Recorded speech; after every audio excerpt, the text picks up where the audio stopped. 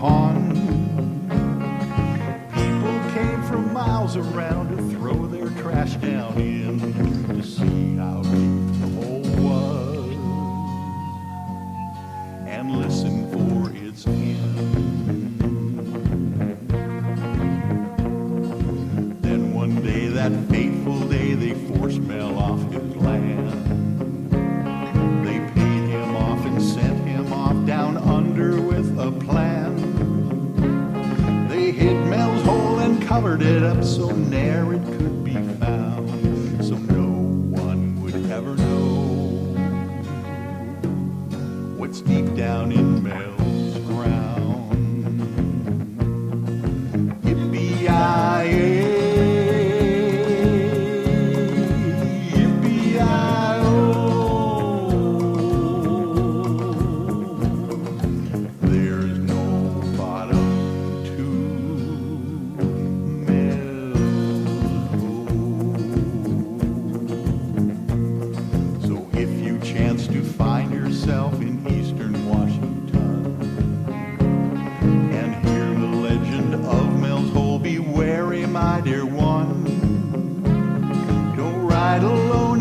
On that Manastash Ridge, but listen carefully to the moaning deep within.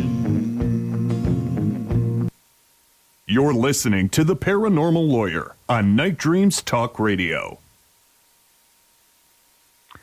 Yes, you are, ladies and gentlemen. This is Michael W. Hall, the Paranormal Lawyer, coming at you from Night Dreams Talk Radio. And I am really excited tonight because I have a guest on that is so popular on these very, very interesting talk shows that I have been kind of hounding him for a while. And so I've been able to get on our show tonight Ronald Farnham, who is going to tell us some really interesting inside info that we have probably heard rumors about, but this is the gentleman who actually served our country in the Department of Defense and in military branches in the past, who is now going to come forth and tell us some of the real truths that's going on there. Without further ado, I'm going to just bring him on the line, and we will start talking, and I'll introduce you all to Ronald Farnham. Hey, Ronald, are you there now? Hey, Michael. Good to talk to you. Thanks for having me on. I appreciate the intro. Oh, you're welcome. Yeah, like I said, you are becoming quite a hot item here on the internet radios, and of course the videos out there. You know, I saw you on various other programs, and I said, hey, now this is a guy that I'd like to talk to, because being what they call the paranormal lawyer nowadays, I think you and I could have some pretty good discussions here over the next few minutes at least, and see what we can come out and bring out to the public here. Yeah, I think that, especially since you're a lawyer, because from my research for a while now, and it's funny because it's all of a sudden I'm starting to get some traction doing some talk shows and doing interviews, but I've been working at this for, golly, more than 10 years now. Like, in fact, I heard it takes about 10 years to make it in Hollywood. So yeah. It's taken me about 12 years right now to start getting to a point where I can start doing some meaningful interviews and people are starting to wake up and pay attention. And because you're a lawyer, I think you know this more than anything, the public at large, the general public, they don't really speak legal English. It's been kept from the public. And so, like tonight, I really want to get into how important it is to understand the different types of English that there are. You know, you have slang English, you have formal English, and then you have legal English. And legal English, that's where the words of art are.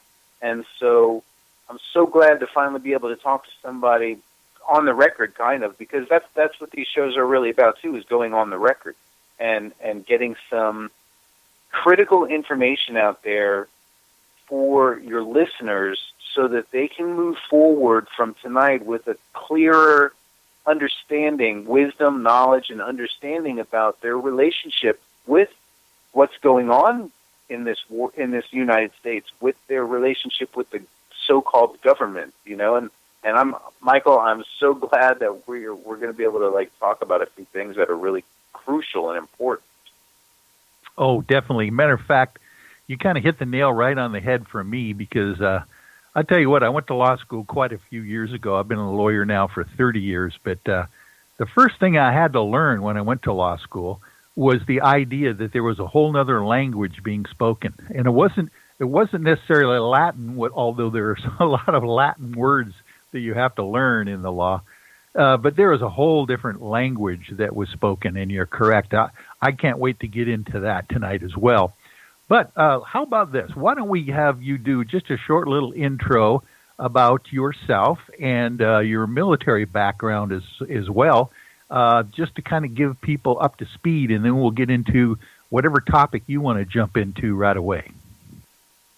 Well, I grew up with a real intense interest in science and reality and kind of figuring out numbers and math, and I was always into math and science in school, and I was really a truth seeker from the time I was a little kid.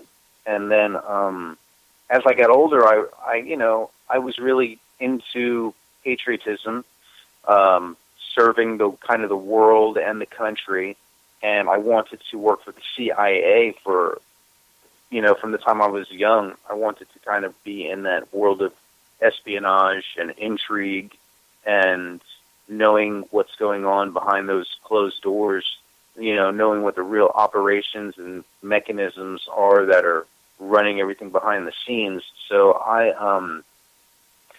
I decided to go into the Army because I was at a point in college where I had my associate's degree and I was working towards my bachelor's, but I really wanted to jump into the CIA, and I knew I needed a bachelor's degree in a language and a clearance. So I joined the Army Intelligence and got my bachelor's degree, and I got my clearance, my top secret clearance, and I learned Korean. I became a Korean linguist, and a signals intelligence analyst.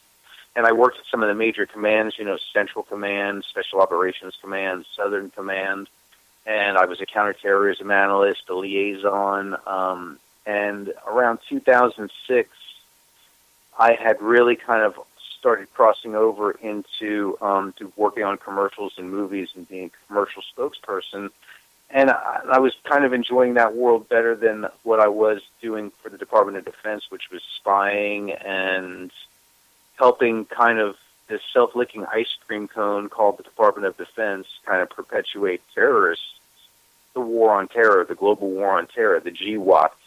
And so I decided to quit and make it a full-time career to enlighten people to the truth about what's going on really across Earth with the Department of Defense, because I reached a point where the National Security Agency, I had gone to them with a solution. I was working at Headquarters Special Operations Command as the Pathfinder trainer, which is a software platform that teaches Special Forces analysts how to exploit intelligence.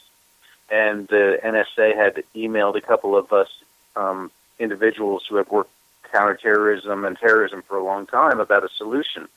So I gave them a solution on how to stop terrorist activity, and they didn't want to do it. The next day they called me into the office, and my superiors were like, "Hey, did you send this email to the National Security Agency?" And I said, "Yeah, they emailed me. They wanted some information on how to stop terrorist activity, some specific stuff."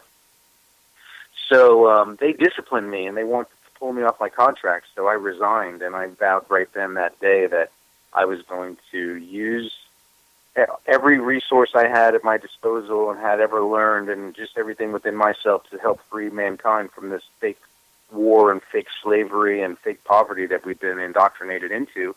And so, now look at this. I'm being able to get some interviews. I've got some movies and DVDs and some books out there, and the word is starting to spread. And I really figure now I have this solution, and I've come up with a viable, actionable solution. So I want to definitely get into that too, because, I can talk about the problems all day long, and you know the problems. I know the problems. We all know the problems with what's going on. Well, what's the solution? So I'm taking it from a solution standpoint to really just start getting people to say, okay, I can do that. I can take action. Yeah, I'll be a part of this, because we want to be free. And whether you realize it or not, we are not free at all. in a lot of different ways.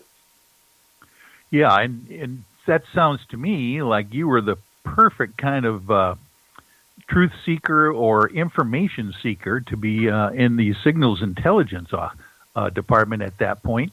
So you were exposed to some of these inside info and programs that now you're talking about on the outside, it sounds like. Yeah, in fact, one of the things that people don't really understand, and this is my insight from the inside as an intelligence professional, former intelligence professional, is that that whole story about Edward Snowden that just blew up in the media. They made a major motion picture out of Snowden. They there was all about WikiLeaks and how the National Security Agency is spying. Well, the National Security Agency's job is to spies to collect intelligence from all sources. Everything emits a vibration and a signal and information, and so it's collected on. But what the people of the United States, or the living souls of the United States who have been converted to citizens, what these citizens have to realize is that it's not really the National Security Agency that you have to worry about, because they're going to do their job, and that's part of their job. That's what they do. But there's this entity that is in the United States called Northern Command. Now, they are a command of the Department of Defense, and they have literally physically invaded the United States. So every command has a J2. For instance, when I was in the Army, I worked for Central Command. And I also lived over in Korea, and I was part of Pacific Command. Every command has its area of responsibility. And Northern Command's area of responsibility is Canada, the United States, and Mexico. That is their area of responsibility. And every command, like, for instance, when I worked at Central Command, I also worked at Southern Command. Southern Command's area of responsibility was Mexico, but they turned it over to Northern Command. But now their area of responsibility is Central and South America. So every command has a J2. Whenever I worked for a different command, I worked in the J2. That J2 is the intelligence section of that command. And that intelligence section is in charge of collecting intelligence. So that's one of the things that's important for people to know is we've literally been invaded militarily by a corporation that's posing as a government and is strong-arming people and stealing from them and enslaving them. Now, that is interesting because, like you mentioned, Edward Snowden, he didn't say anything about that, did he? No, he didn't. And if you really dig into Edward Snowden's background, you'll see that his parents actually worked for the Department of Defense. They worked in the intelligence community. In fact, I've lived in Maryland, and the headquarters for the National Security Agency is there in Columbia, Maryland. I live in Columbia, and there's a river that runs through that area called Snowden River Parkway. There's a road and a river. There's Snowden River and Snowden River Parkway. So if you look at the different people who are involved in maybe whistleblowing sometimes, it seems like there's this eerie kind of, a conspicuous connection to them actually being related to the entity that they're kind of going against. Sometimes it's called, it's ordo ab chao, or order out of chaos, where there are kind of patsies put into place to create chaos where the people it makes the people ask for order. It's the right. Hegelian dialectic method of problem, reaction, solution. And it directs people to go in a direction that the government, the so-called government, really wants us to go into, which is giving up more of our freedoms. Yes. Good point. People need to be discerning like that, and it's individuals like yourself that I think are finally allowing people to hear the inside truth so that they can start being a little bit more suspicious, even about